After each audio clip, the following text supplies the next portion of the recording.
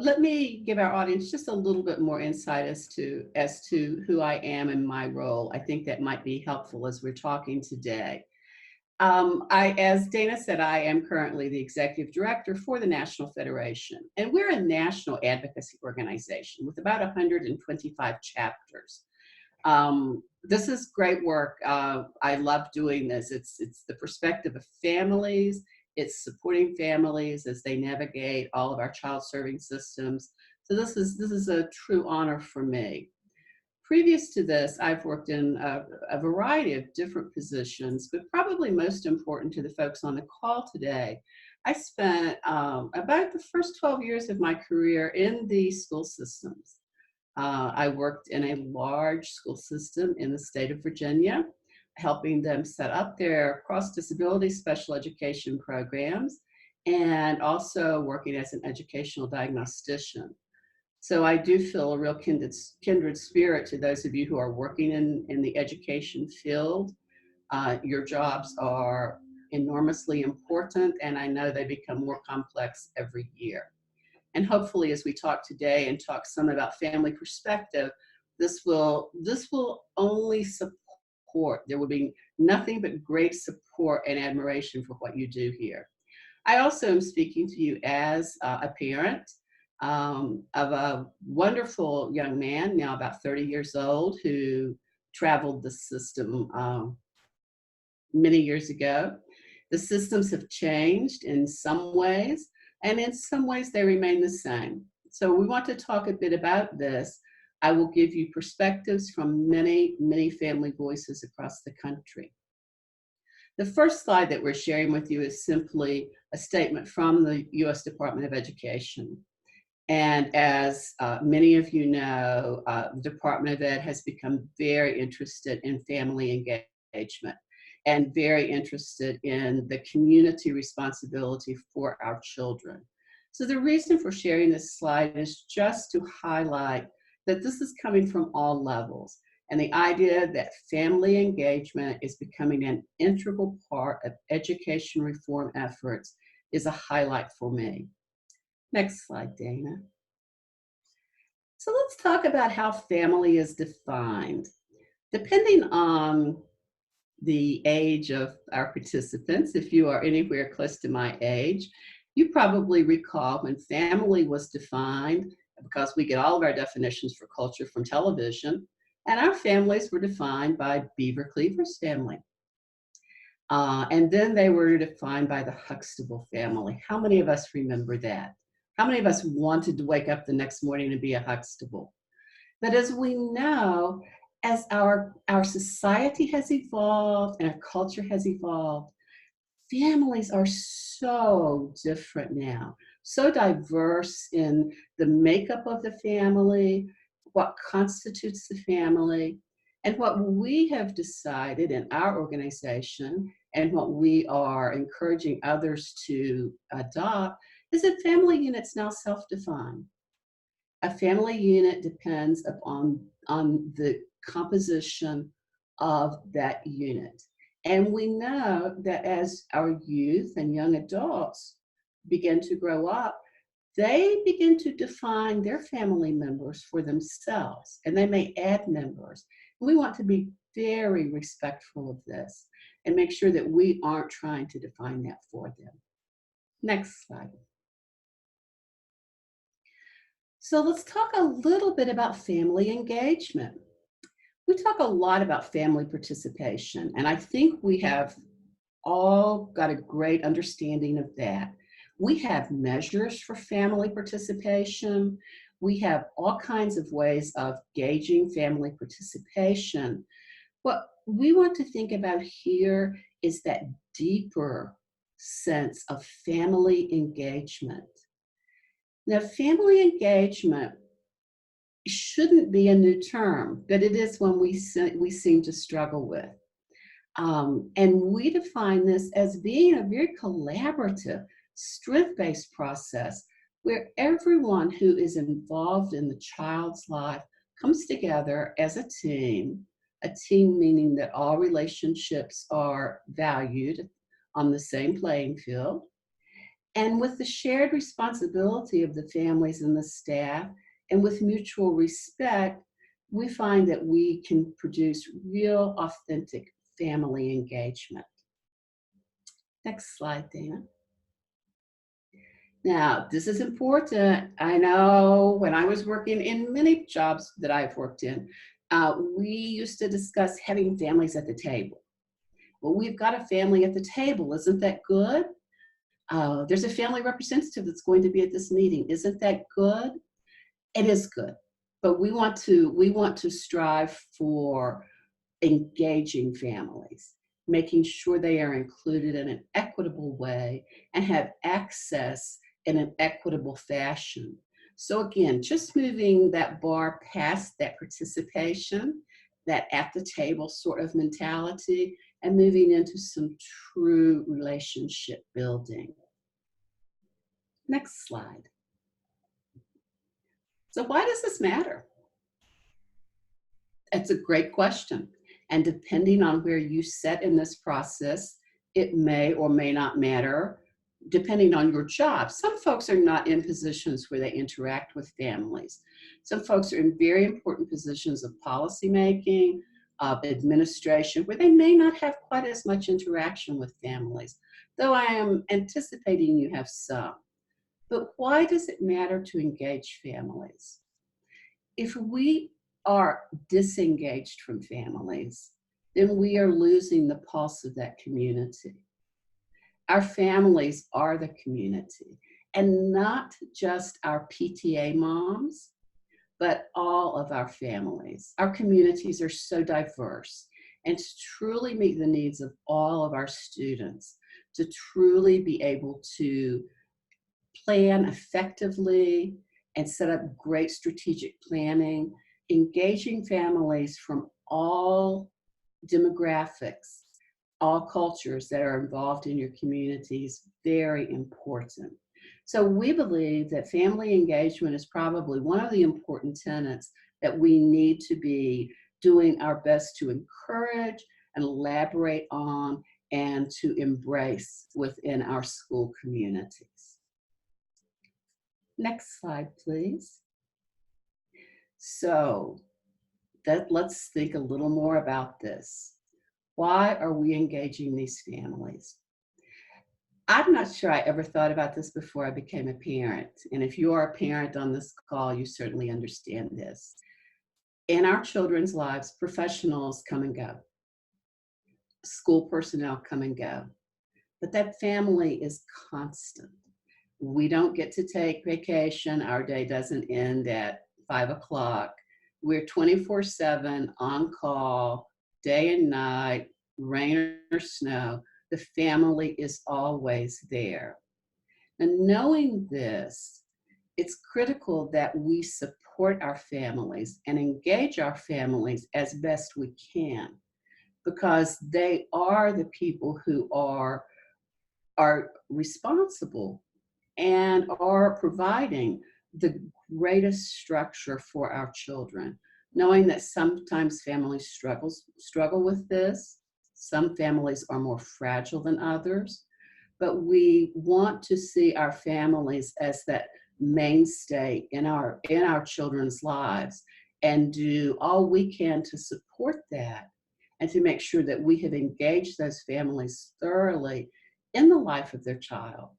Our education systems are the greatest part of our children's lives.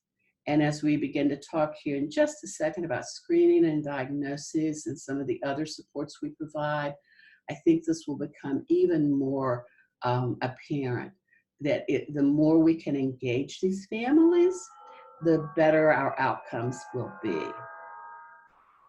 Next slide, Dana. So there are multiple strategies for meaningful family engagement. This graphic simply allows us to think about what an inclusive environment would look like. If you're working with a family, no matter where you sit in the constellation of professionals who work with a family, if you are working with a family, we want to do our best to create these inclusive environments. And as you look at the graphic, you can see that we're talking about things like respect and trust.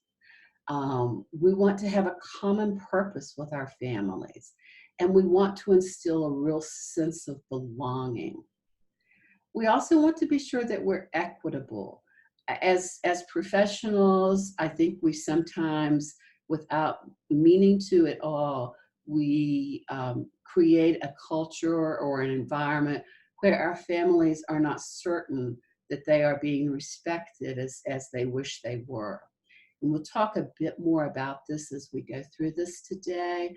But respect is an incredibly important and valuable asset for our families. Next slide. So now let's get into some of the ideas of screening and diagnosis and how these things relate to this notion of family engagement and what families find as they go through these processes. What I'm going to be doing is sharing with you some information, but also some stories that are either my experiences or the experiences of the families that I have worked with over the years. So screening for a professional doesn't sound like a scary thing. It's what we do all the time. We do it with the best intentions. We do it to help. But to a parent, this is a brand new thing. So let's think a little bit about some really good steps for helping that family feel comfortable and for perhaps creating a much better experience as we do this. So if there's going to be, if for some reason there's a suggestion to screen a child, my encouragement is that if at all possible, that you meet with those parents to discuss this. If a child has come up with a referral for screening, then that means that there are some red flags. Not thinking about universal screening at this point, thinking about our referral to screening processes, which are typical in so many schools.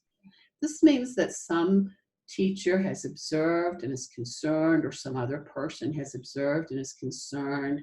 So this is not a minor thing to a parent. As we are thinking about this, if we can engage that family and partner with them, it not only alleviates their fears, but it also alleviates the fears of that child, because this is new for the child too. And unfortunately, so many of our children feel like if they are called out for any reason at school, that that's a bad thing, where this does not at all have to be a bad thing. We want to, once the screening is complete, we want to ask that family for some input. We've completed the screening. Our question to the family is, does this sound right to you? Do you think we missed anything? Is there anything that you would want to add or anything you want to redact? Does this appear to be a true picture of your child?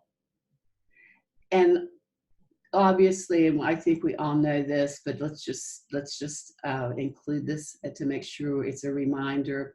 We never place blame or shame on a student or the parent. It's not our role to judge. It's not our role to make those kinds of assessments. We are delivering information and support.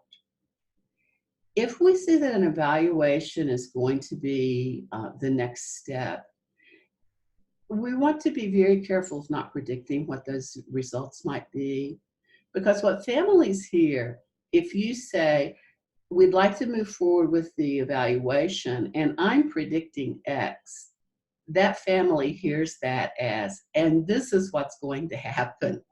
This is what the result's going to be. We do that well-intentioned, often thinking it may alleviate concern, but if we can be mindful of not predicting, our families often come through this process much, much easier and are much more comfortable. Next slide, Dana.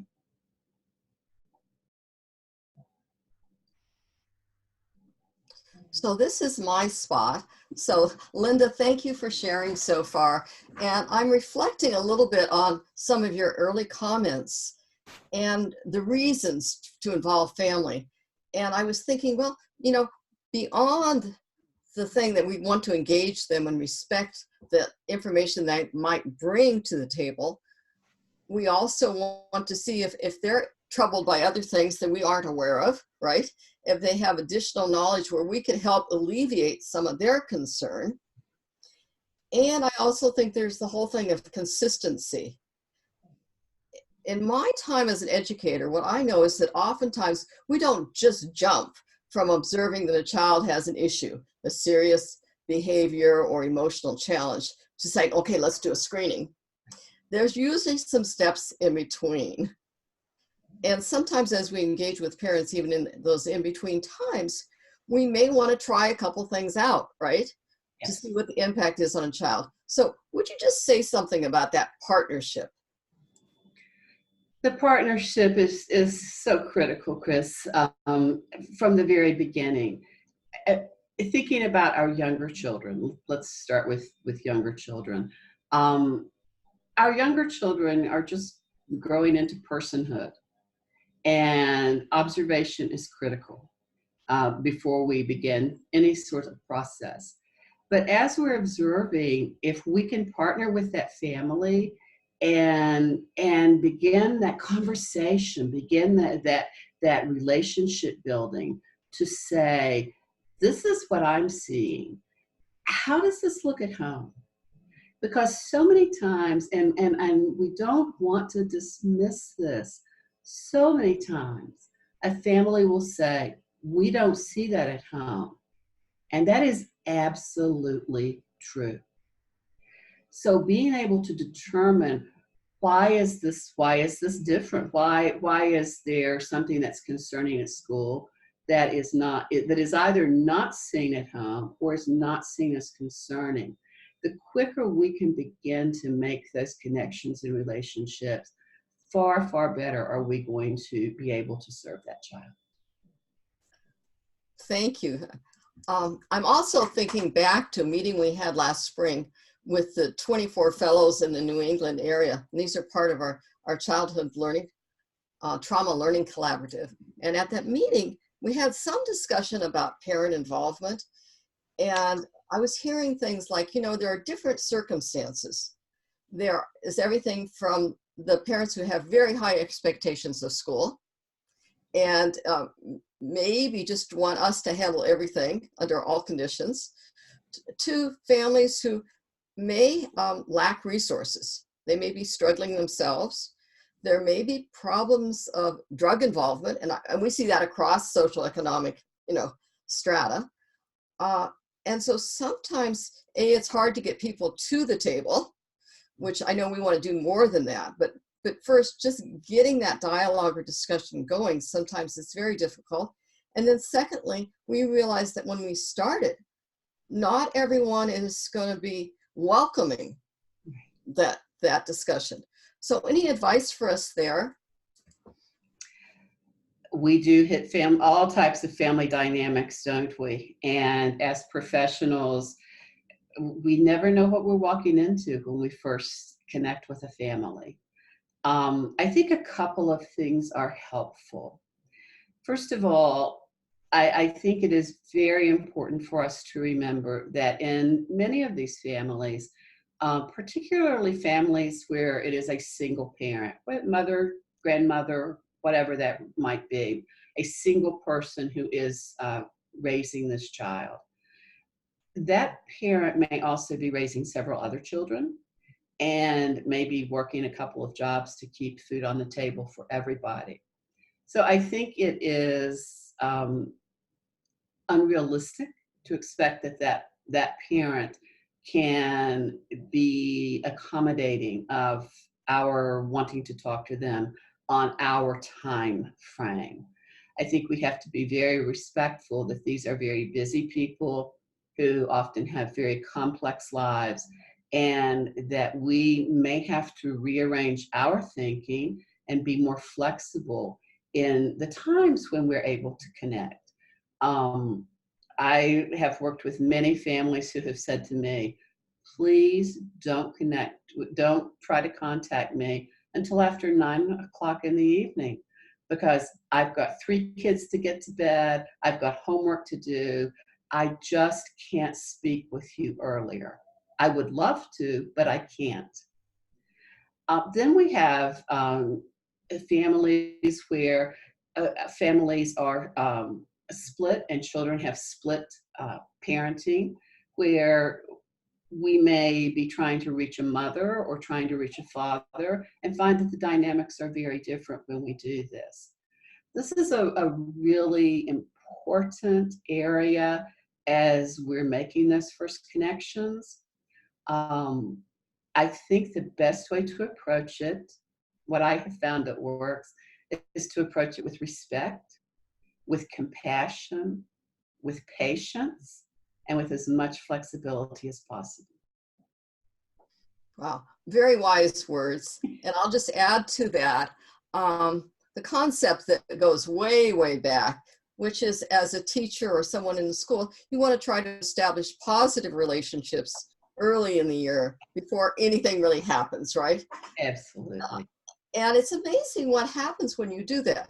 If you start that positive dialogue, then when you have a need or need to reach a parent, the parent may be more likely to text you or to respond to your text because you're a known entity. There's not that fear or intimidation or uncertainty at that point because you've already established, in a way, your partnership.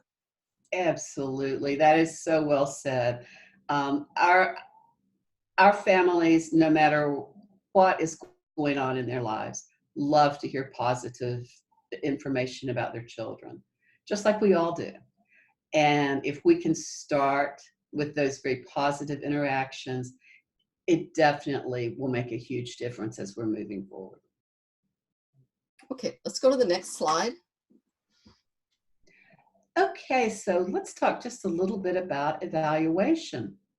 So we have engaged this family. We have worked through the screening. The screening has indicated that we need to move into an evaluation is indicated. So now we're going to be working with this family a little more in depth. Now, if you think the screening was anxiety producing, the evaluation can be even more so. And let's bring it back to ourselves. So I hate going to the doctor. I would rather do anything than go to the doctor. If I have to go and the doctor is doing whatever, and they screen me for whatever, I get through that pretty easily. But if they say that they want to do further testing, I am a basket case sometimes over just very simple things. And I am betting some of you are also. Well, this is exactly what happens with our families. And I think it's even more intense because I can go through lots of things, but if my child is having to do that, it's just double anxiety. So it's important that we be cognizant of that we not forget that as we are beginning these evaluation processes. This process is intrusive. That is no one's fault. That is not a judgment statement, but it is intrusive into the life of this child and their family. And we want to be very cognizant that it can trigger stress in what could already be a very stressful situation. So what do? We again want to meet with that family if at all possible. Now we're finding all kinds of ways to meet with people. Skype has become, interestingly, a very important technology for talking with families. Just like with my child, my son lives in Houston now, I'm in DC. When we want to talk, we often FaceTime because then we are actually meeting together. So we don't want to forget about these technologies that are available to us. So if physical meeting may not be the best thing to do, first of all, it may be not indicated as the best way to talk with the family. and it may be much more convenient. So don't forget about those technologies. We also want to be certain that we are conducting a family interview as a part of this evaluation. Some folks will say, of course we are. Everyone does that. Unfortunately, everyone does not do that. And we want to be very mindful that this is a very, very important process. And please notice that I have said family interview. If it's possible, let's talk best practice here for just a minute. If it's possible, we want to speak with more than one person who is in the family of that child. We want to, if there is a mom and dad and grandmother, whoever is very close to that child and is a part of that core family, our goal is to reach as many of those people as possible. We may not reach everyone, but it definitely gives us a much more holistic picture of that child's environment and of that child's, how that child is behaving at home.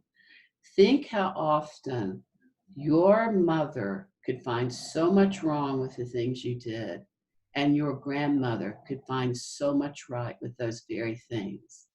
That's why we want more than one perspective, because the difference in perspectives helps us form a much better picture.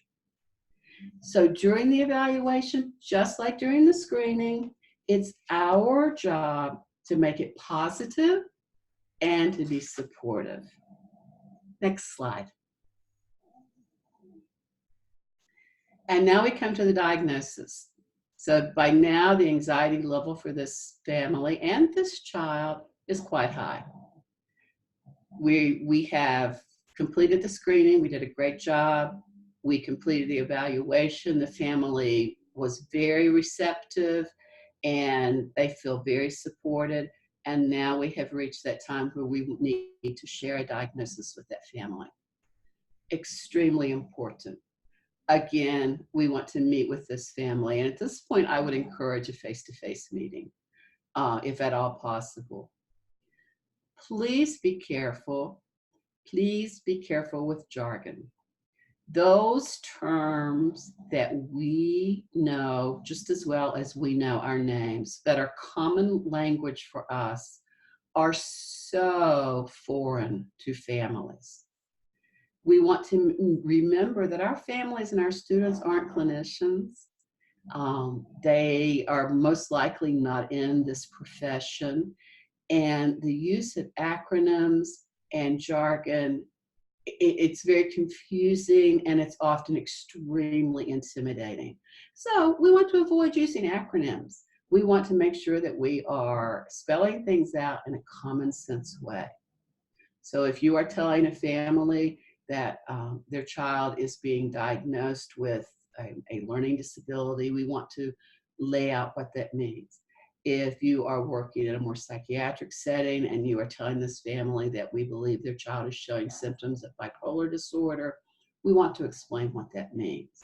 We don't want our families getting on WebMD to find that out for themselves. We're there to help. And we never want to underestimate the intelligence of the family. This happens often. As I've shared with folks for years, I am born and raised deep, deep in the heart of Appalachia. And that brings to mind stereotypes for everyone. There have been bad movies, terrible books, so much written about the people who live in that area.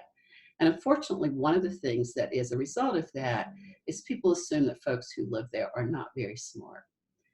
We don't ever want to do that with our families, no matter where they live, no matter what their circumstances are. We do not talk down to them. And we don't try to tell them what's best for them because we don't know. So we want to talk with them, we want to be supportive, and we want to work through this diagnostic process. We want to stop often as we are talking and encourage the family and that student, if it is developmentally appropriate, to ask questions. And we want to encourage them that there is no wrong question. This is their child. We want them to know what this diagnosis means. Just like we want, if we go to the doctor and the doctor gives us a diagnosis, we want to ask questions. And then we want to ask this family if they agree with the diagnosis. Do they think we got it right?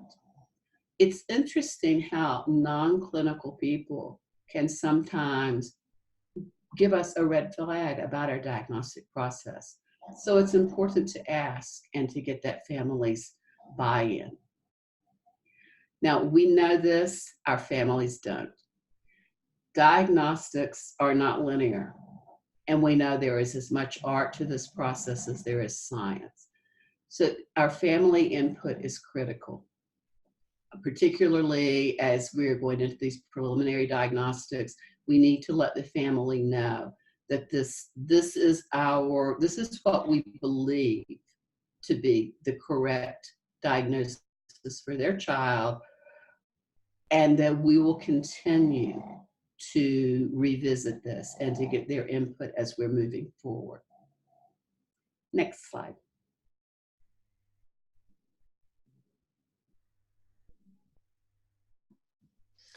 So Lynda, as you were speaking about the whole process of evaluation and diagnosis, I was reflecting on the things that might trigger the whole process. You know, not only the screening, but sometimes we have crises that come up, right? And that we know that sometimes there might be early onset of more serious mental health disorders while a child is still in school. Can you talk with us for a minute or two about that time period? And what do we do and how do we get the resources together to support the family? And what's the role of the school during those times of crises? The role of the school continues to expand on these types of situations. A crisis in a family at one point would have been contained in the family, but now we know that no longer is in the best interest of that child. So if we are in this process and a crisis occurs, and that crisis depends on the family, it can be different for every family. It can be something where the mother or father suddenly lose their job, and there is the threat of being homeless. It can be a crisis for the family member in terms of their mental or physical health. And these families are, because they are so different, this crisis can be so different. This is where the role of the school becomes so critical, because they are seeing this child every day, and as we've laid this out, they have established this good, positive relationship with this family. If the school begins to notice that there is a crisis going on, we would hope that school would first reach out and confirm that whatever is happening is indeed, in the eyes of the family and their perspective, a crisis. And then fortunately, in most schools, we have personnel now who know how to reach out to appropriate community partnerships to wrap supports around a family in a crisis. The family will be needing whatever supports that community can provide. So we would see that school as possibly being that liaison. So a related question might be, it's like, if you think about the whole screening diagnostic process and you notice a child is withdrawn or withdrawing, seems to be depressed, or seems all of a sudden to be becoming agitated more frequently with perhaps some underlying rage. So where's the boundary between those things that just happen, right? And those things that are serious enough that we really should try to get some other supports? Well, if I had the firm answer to that question, I would be a guru, and unfortunately I don't, but let me try to talk a little bit about it. Let's move to our middle school age children for a moment. And I know that sends a shiver down many people's back, particularly if you have raised an adolescent moving into teenage years. As those hormones start moving and being more of an issue in a child's life, we see very dysregulated behavior, which can be typical teenage behavior, whatever that is, or it can be the signs of something that is becoming an issue. For insightful teachers, let's think in terms of teachers at this moment, because they certainly have the most interaction with these students.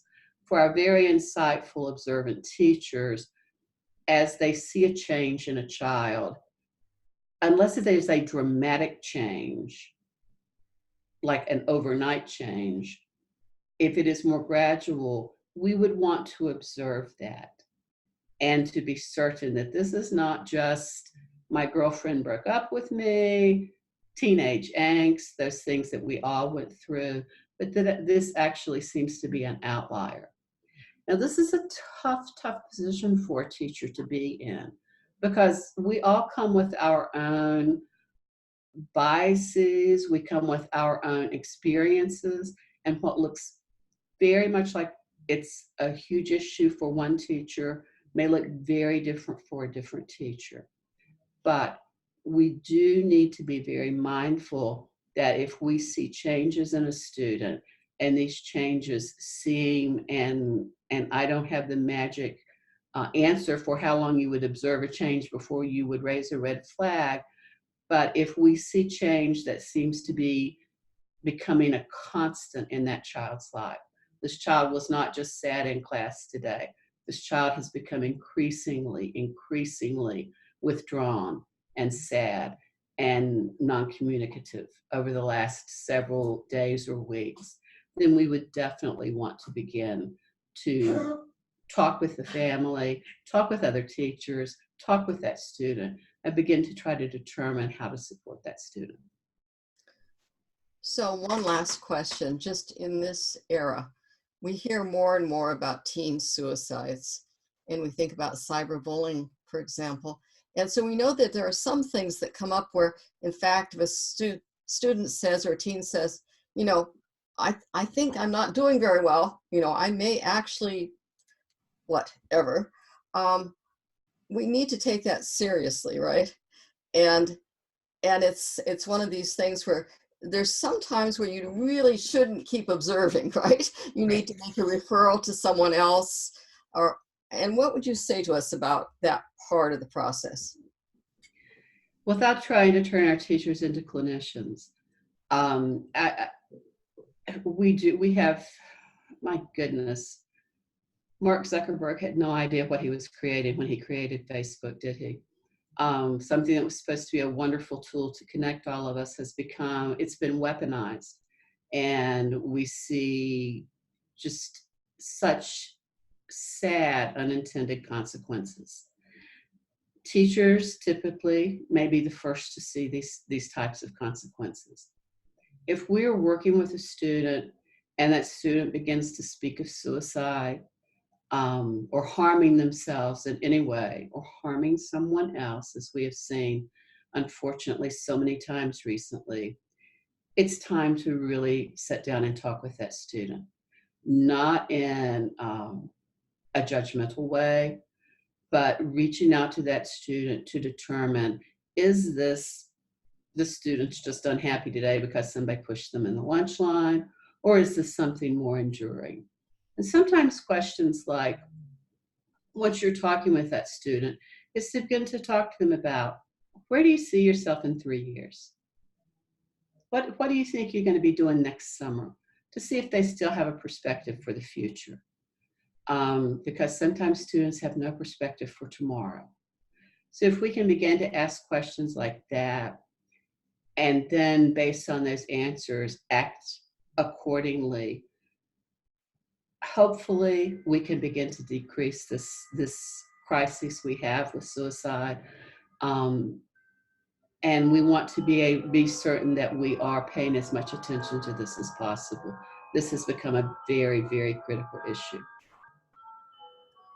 So thank you, Lynda. So let's go on to the next slide. Okay, so let's talk a little bit about environment and culture and how these play a part in family engagement, because they do. So when you are first contacting a parent, as Chris has mentioned, we want that to be positive. And I know school personnel have so much to do and so many students, but we do want to try to reach out early and often and let families know what we're seeing, that their kids are doing well. And then we want to be very deliberate with our communication. And deliberate is an interesting word, and I think it's a good word for this.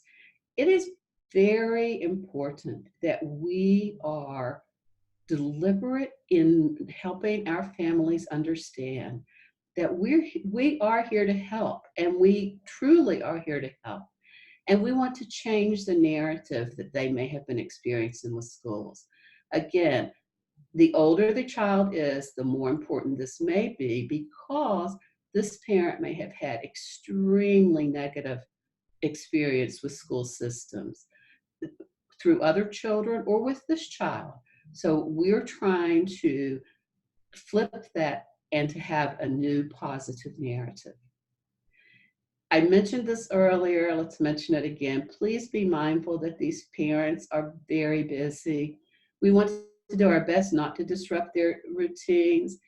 And a tip that I share with everyone, if at all possible, don't contact families at work unless they ask you to. Getting information that your child that red flags are being raised is very concerning, no matter when you get it. To get that in the middle of a work day, on top of everything else, is adding stress that we do not intend to add. So if at all possible, let's let our parents finish work, unless it's a crisis. Let's let our parents finish their work day and then speak with them. And once we speak with our families, once we've met with them, follow up with a phone call or a text. Please don't discount the value of text. And give them some information with your contact, whatever is your best contact, your best work contact. Let them know how to get in touch with you. This will definitely begin to create a culture that helps them understand that you truly are supportive. Next slide. Here's one that I found people don't think a lot about, but I think it's important. We want to create a physical environment that's encouraging for our families. If a family is coming to meet with you on your turf, that is intimidating from the get-go. And it's important to remember that, again, they may have had bad experiences in these sorts of settings before. So we want to make our physical environment very welcoming. Now, you see my tip here, and I stand by it. Social workers are the best at designing meeting space. I love walking into social workers' offices. They're so inviting. I feel like I could just curl up and have hot chocolate. The rest of us sometimes are not quite as good at this. So we want to do our best. We're going to stretch here and do our best to set up a very encouraging environment that doesn't separate us from the family. Why is that important?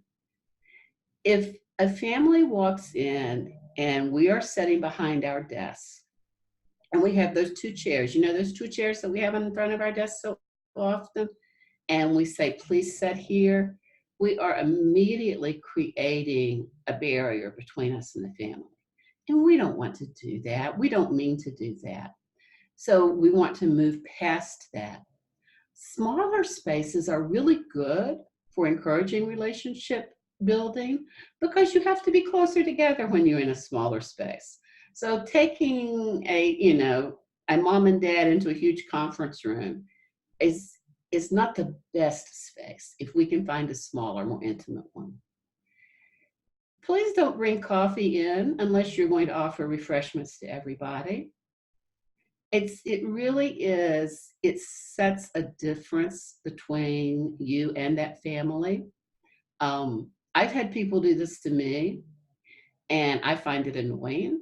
I think that if we're going to do these types of things, we really need to be able to offer that to the family and student also, because we're all there together.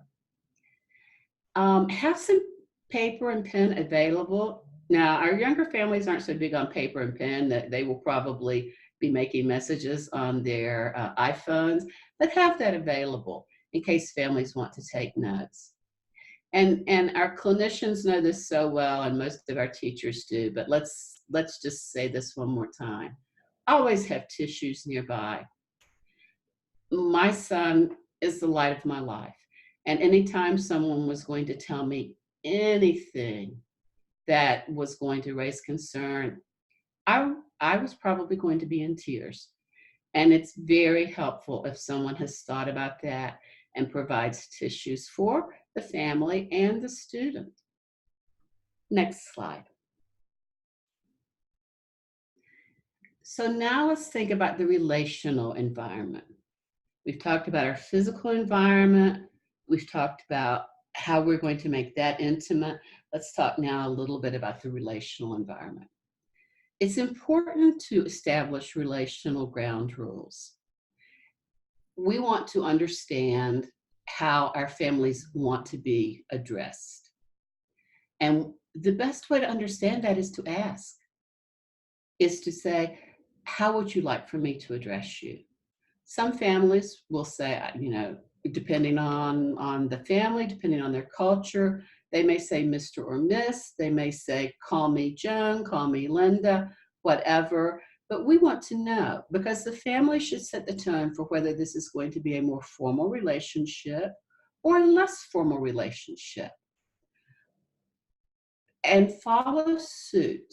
If a family member introduces themselves as Mr. Smith, then they are indicating a more formal relationship at that moment. So you want to introduce yourself likewise.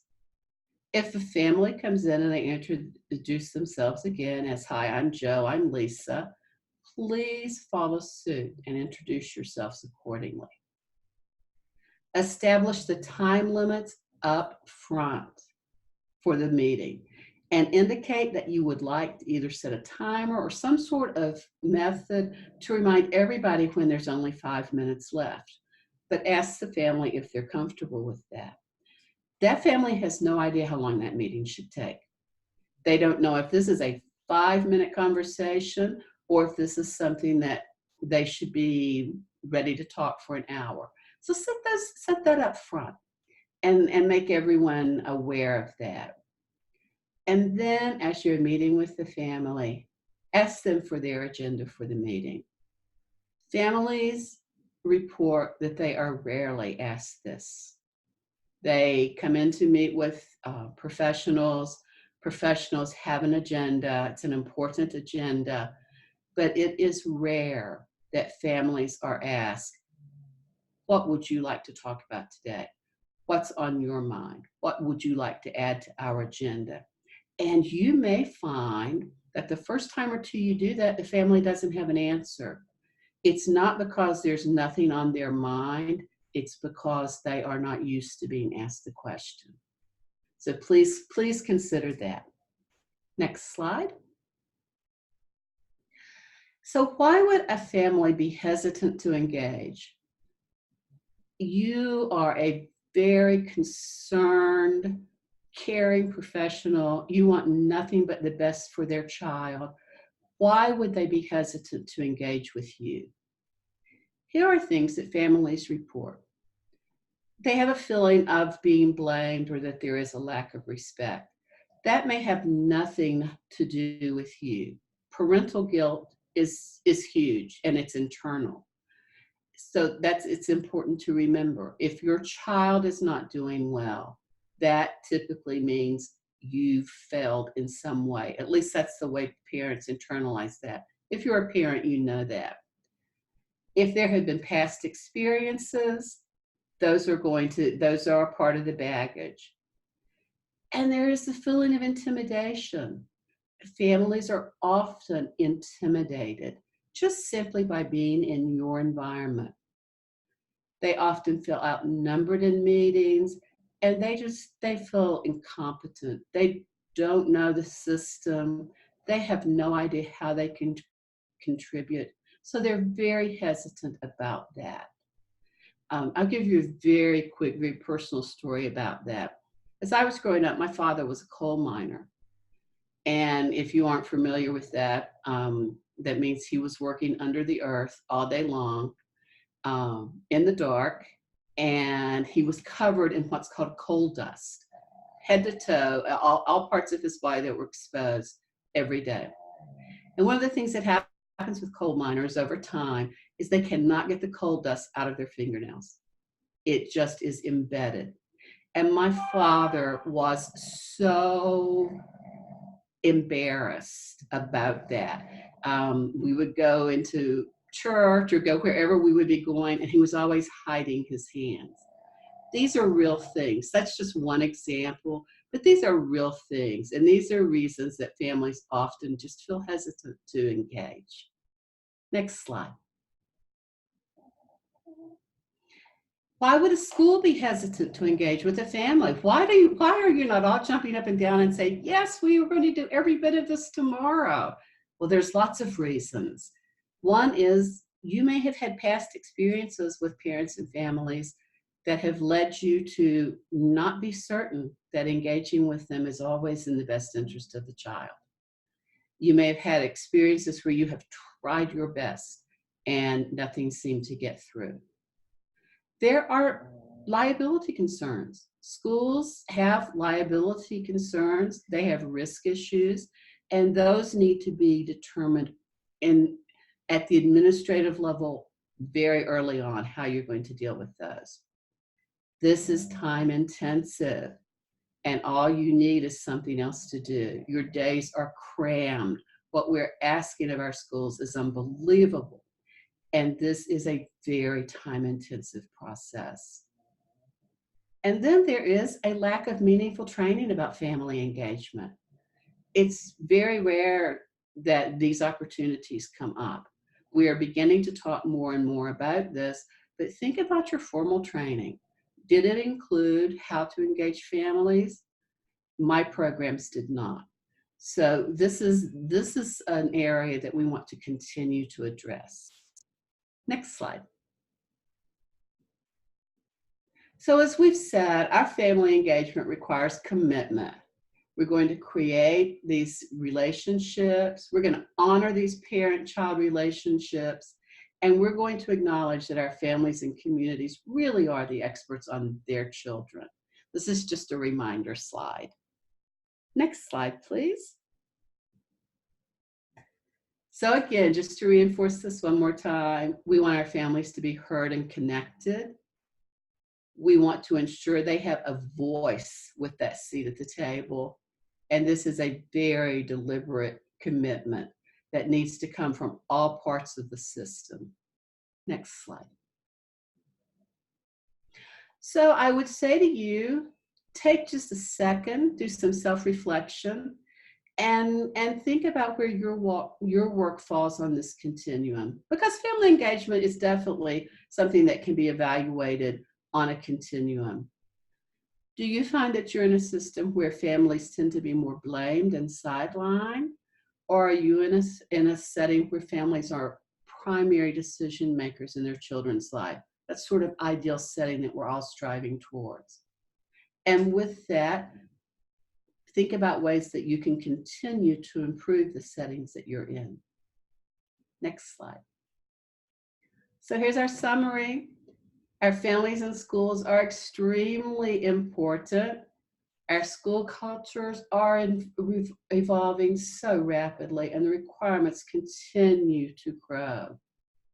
Our families are the most consistent adults in their children's lives. We know that, and they have very important information to share that may improve that behavioral health for their child.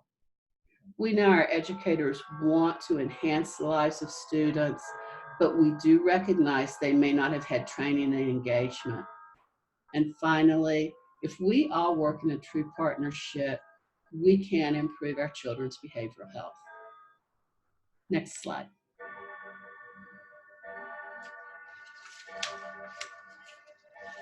So Lynda, as we wrap up here and get ready for questions, I have a couple myself before we go further. And one of them has to do with, the culture today and thinking about like who our children are and who their families are, and realizing that we're working in very diverse communities very often now, and that we may have parents who will need a translator or an interpreter there in a meeting. We may have people, I remember when I was teaching middle school in an urban environment, we had kids from like 70 or 80 different countries speaking 50 different languages. And so I felt more comfortable once I knew something about the cultures too. So not only did I try to be respectful of the cultures, but I tried to get myself educated, right? And do you have any hints for us when it comes to this whole arena of cultural competence? We are a rainbow of diversity, and we want to celebrate that every day. Um, as I've said to other folks, I'm not certain I understand what cultural competence means. If it means that I'm ever going to be fully competent in another culture, I don't believe I can do that, and certainly not in 50. I think what we want to do as much as possible is exactly what you said, Chris. Get to know that culture, um, get to understand and appreciate the dynamics of that culture. And let's be very, very careful that we are not assigning culture and skin color to the same little box, because that's not true. We know that in our hearts. We sometimes lose it in our heads, I think. um, our kids have such extraordinary cultures, and sometimes it's not so much culture as it is heritage. Sometimes our children have moved from culture to culture, but their heritage is still very important to them. I don't think we can ever expect our educators to be all things to all people. I think if we're open and non-judgmental and excited about learning, about new ways of thinking about things, about the intricacies of a variety of cultures, and we can stay very respectful and be as engaged as possible, I think we are doing our very best. So Lynda, I want to thank you for your presentation today. And now we will open up the floor to questions. So I don't know, Dana, if we have any questions that have come in on the chat line, or where are we? We do not have any questions on the chat line yet, but the microphones are open now to all participants. So everyone feel free to chime in and ask a question of Dr. Gargan.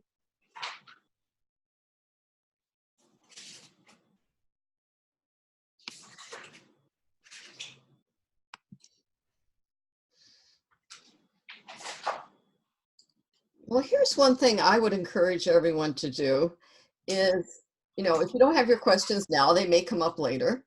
So feel free to contact us with your reflections, with your issues, with your successes. As Lynda and I spoke ahead of time before the webinar, we talked a little bit about the pros and cons of this whole screening and diagnostic process. And while it is a very significant time in the lives of children and families, it's one that can make a tremendous difference. Sometimes we have people who are hesitant to even start going through that process because of the horrendous stigma attached with labels and the diagnostic procedures. On the other hand, we do know that sometimes that's the way to get funding. There's this little funding game that goes on, right? But not only funding, but services. So we may get better access to a mental health counselor, to family counseling, to support groups, to an anger management group, to a variety of services because of the diagnostic and screening process. We also know that schools and districts are taking a variety of paths. Some are engaging in universal screening, and that too has its pros and cons. So Lynda, my last question to you, and if something else pops up, fine. If not, we'll go on. Is thinking about the pros and cons and universal screening and the other screening diagnostic process where it comes up, for the individual child. Is there any final wisdom that you want to leave us with regarding all of this? I can certainly give you my thoughts. Hopefully there's some wisdom attached to them. Universal screening, the more we talk about this, I just think we need to be very cautious. I think the idea is good. It's a good idea. It would be wonderful if all children were universally screened for behavioral health challenges. We screen our children for other things, for physical health challenges, and we save lives. We could do the same with this. But you mentioned it, Chris, it's the stigma. We have that very slippery slope that if we screen young children and we find, just based on brain development and developmental times in their lives, we begin to label. Those labels are enduring. They stay with that child forever. Even if we don't formally label that child, those things are in their records. So I think we want to be very thoughtful about this idea of universal screening. I would love to live in a world where everyone believed all children should be screened and that there was no stigma to that. I don't think we're there. I don't think we're close. So I would just encourage caution, and let's not get overly enthusiastic about labeling children when that may not be in their best interest. Okay, my one last thought with that too is that I can remember years ago where in fact I encountered a child who had this bizarre behavior of collecting strings and putting them down a drain, and it caused a horrendous problem for the parents. And I thought I could either look at this as this really weird, bizarre behavior that in fact demanded significant attention and might mean that in fact there was just this overwhelming thing that needed to be dealt with. Or we could say, what can we do? How can we be supportive? What's going on here? How do we collaborate together to make a difference for this child and for this family? We took the latter path, and it was pretty simple. So my last thought is, when we deal with these circumstances that sometimes seem very horrendous, try to take a few deep breaths and think in some real basic terms about, the positivity that can come with a buffering, compassionate adult in an environment. The things that we can do, the small things even that can make a tremendous difference, and might be the sorts of things that keep everyone kind of on this more stable path without leading into something that leads to greater despair. Would you agree? I think the wisdom is in the remarks you just made. I think that it's very important. And I think if we can take that breath and try to think of alternatives. Our doctors do that. If we go in and there is not a definite, if it's not appendicitis, then we may take a breath, and try to figure out what it is before we yank out that appendix. And that's not a pure analogy, but it really is important. If we take a few minutes, if we get to know more about the child, and try to just offer some alternative support, some more intense support. Sometimes that's all a child needs. That's all a family needs. And think of that lifetime of stigma that we saved that child. So with that, thank you so much for your time today. And Dana, I think we may have some announcements about upcoming events. Is that right? Yes, we do. So we have a webinar coming up on November 7th at 4 p.m. Dr. Kimberly Noble will be presenting about poverty, brain development, and early intervention. So please join us for that. The link to register is up on our website, edimprovement.org. And then also we wanted to make sure that you took a chance to visit Lynda's organization, the National Federation of Families for Children and Mental Health. Did you want to say anything more about that, Lynda? I would just encourage everyone to check out the resources there. We have a great deal of pride in the extensive resources we have available there. And our best days are when we know people are utilizing this. Great. So thanks again, everyone, for joining today's webinar. Our funding comes from the Substance Abuse and Mental Health Services Administration, which requires us to evaluate our services. Attendees that provided their email address will receive an evaluation survey 24 hours after the close of today's event, along with the slide presentation. This email will also have links to request your CEU credits and participation certificates.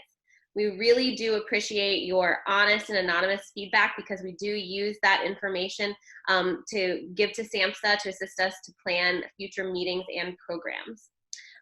We hope that you make plans to participate in those upcoming online activities, part of the Childhood Trauma Learning Collaborative. For more information, you can contact us at info@edimprovement.org, and please stay posted to our website for links to the video presentation and related slides. CTLC fellows, please remain on the webinar for a brief meeting. Everyone else, thanks so much for joining us.